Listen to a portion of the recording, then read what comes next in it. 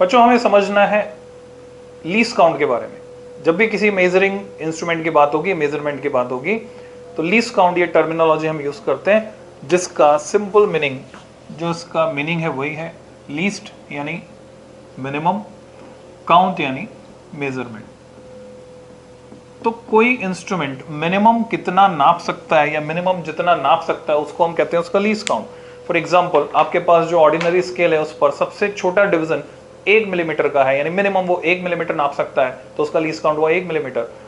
इसी तरह से जो वॉल क्लॉक लगी हुई है आपके रूम में, उस घड़ी में अगर आप देखें तो सेकंड की सुई जब घूमती है, अगर वो 1 सेकंड में सिर्फ एक बार टिक कर रही है तो उसका लीस्ट काउंट 1 सेकंड है। 1 सेकंड में अगर वो 2 बार टिक करती है तो उसका लीस्ट काउंट आधा सेकंड है।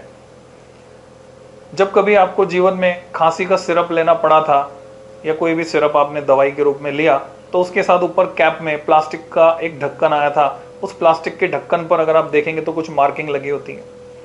या अगर नापने वाला जार आपके पास है, मेजरिंग फ्लास्क, मेजरिंग जार, तो उसमें मार्किंग लगी होती है। तो मिनिमम उसमें जितना मार्क, तो उस प्लास्टिक के ढक्कन में आप मिनिमम दवाई नाप सकते थे 1 मिलीलीटर, 1 ml, तो उसका लीस्ट काउंट कितना हो गया बच्चों? 1 ml। तो अब हमें जानना है ये जो इंस्ट्रूमेंट है वर्नियर कैलिपर्स, इसका लीस्ट काउंट कितना है। अगर मैं मेन स्केल की बात करूं और नीचे वाले स्केल की बात मैं कर रहा हूं जिसपे सेंटीमीटर में डिविजन्स मार्क्ड हैं, तो सबसे छोटा डिवीजन आप देख पा रहे हैं 1 मिलीमीटर का है। तो मेन स्केल का एक डिवीजन 1 मिलीमीटर है। खाली मेन स्केल में यूज करता हूं, इसमें वर्नियर स्केल को यूज नहीं करता, तो मैं मिनिमम 1 मिलीमीटर नाप सकता हूं। पर अगर मैं साथ में वर्नियर स्केल को भी यूज करूं तो जो आपको इसका प्रिंसिपल समझाया था उसके हिसाब से ये बड़ी डंडी हो गई, ये छोटी डंडी हो गई, और जो मिनिमम हम नाप सकते हैं दोनों की मदद से, वो नाप सकते हैं बड़ी डंडी का एक डिवीजन, मेन स्केल का एक डिवीजन, माइनस वर्नियर स्केल का एक डिवीजन, दोनों के डिफरेंस के बराबर हम नाप सकते हैं।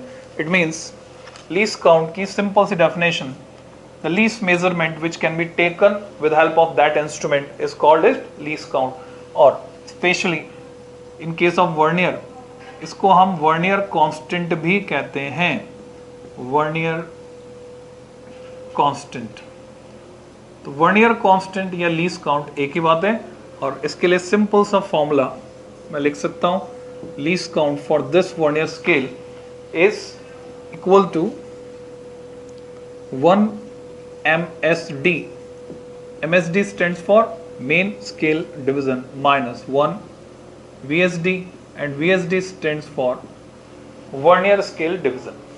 तो ये जो डिफरेंस होगा वो लीस्ट काउंट के बराबर होगा। अब कैसे पता लगाएं इन दोनों में क्या रिलेशन है? तो मेन स्केल डिवीजन और वर्नियर स्केल डिवीजन का रिलेशन निकालने के लिए मैं क्या करता हूं,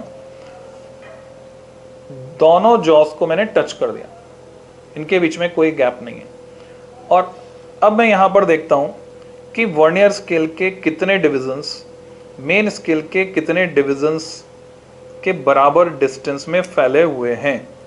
तो ये मुझे देखना है, तो मैं आपको दिखाता हूं, गौर करें। वर्नियर स्केल के 10 डिविजन्स जितनी डिस्टेंस में फैले हुए हैं, उसमें ये जो स्लॉट है, आप ओवल शेप का स्लॉट देख रहे हैं, उसके अंदर मेन स्केल के 9 डिविजन्स आ रहे हैं। तो मेन स्केल के 9 डिवीजन उतनी दूरी में फैले हुए हैं जितने में वर्नियर स्केल के 10 डिविजन्स। तो ऐसे सिचुएशन में मैं क्या लिख सकता हूं यहां पर, 1 मेन स्केल डिवीजन, जो कि मुझे पता है इस पर्टिकुलर केस में 1 मिलीमीटर है, पर अगर हम एक जनरल फॉर्मूला निकालना चाहते हैं तो उसके लिए मान लीजिए n, यानी छोटा n ले लेता हूं मैं, n VSD vernier scale division उतनी ही दूरी में फैले हुए हैं जितनी दूरी में n-1 मेन स्केल डिविजन्स। तो ये दोनों डिस्टेंस बराबर हो गई। तो यहां से अगर मैं 1 VSD निकालता हूं, जिसको मैं सिंपली 1V लिख रहा हूं VSD की जगह, तो 1V हो गया मेरे पास n-1 अपॉन n, MSD की जगह मैं m लिख देता हूं। तो 1v मुझे मिलता है 1 माइनस 1/n टाइम्स m, माना कि 1 MSD है m के बराबर। इसमें से 1 VSD को सब्ट्रैक्ट करना है, तो यहाँ से वैल्यू उठाकर मैंने रखी, तो ये मुझे मिलता है 1 minus 1/n times m।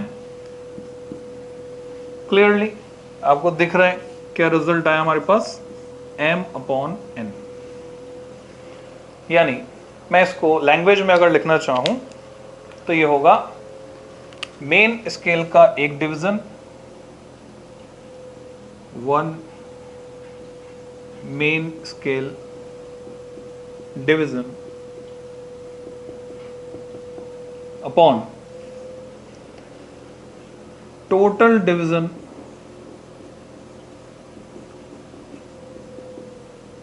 On vernier scale के टोटल डिवीजन।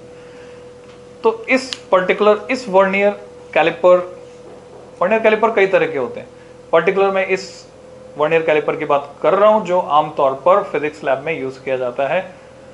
इसके केस में अगर मैं इस फॉर्मूले को अप्लाई करता हूं तो मुझे जो रिजल्ट मिलता है इसका लीस्ट काउंट, फॉर्मूले को हम दोनों फॉर्मेट में लगा सकते हैं।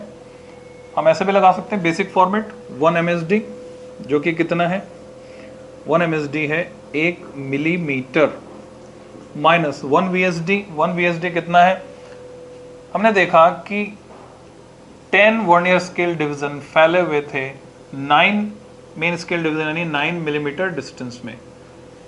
तो एक वर्नियर स्केल डिवीजन 9/10 मिलीमीटर, या तो हम ऐसे कैलकुलेट करें या फिर सीधे फॉर्मूला लगाएं और मैं इसको लिख सकता हूं m की जगह 1 मिलीमीटर डिवाइडेड बाय n की जगह टोटल डिवीजन 10। दोनों ही केस में रिजल्ट हमको सेम मिलने वाला है, और ये रिजल्ट क्या मिलने वाला है 0.1 मिलीमीटर।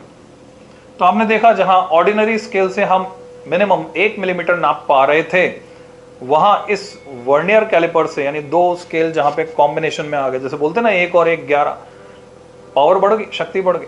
अब नापने की एबिलिटी इस इंस्ट्रूमेंट की बढ़ गई, बढ़कर कितनी हो गई, अब हम इससे नाप पा रहे हैं मिलीमीटर का 10वां हिस्सा, यानी सेंटीमीटर में अगर मैं एक्सप्रेस करता हूं तो 0.01 सेंटीमीटर।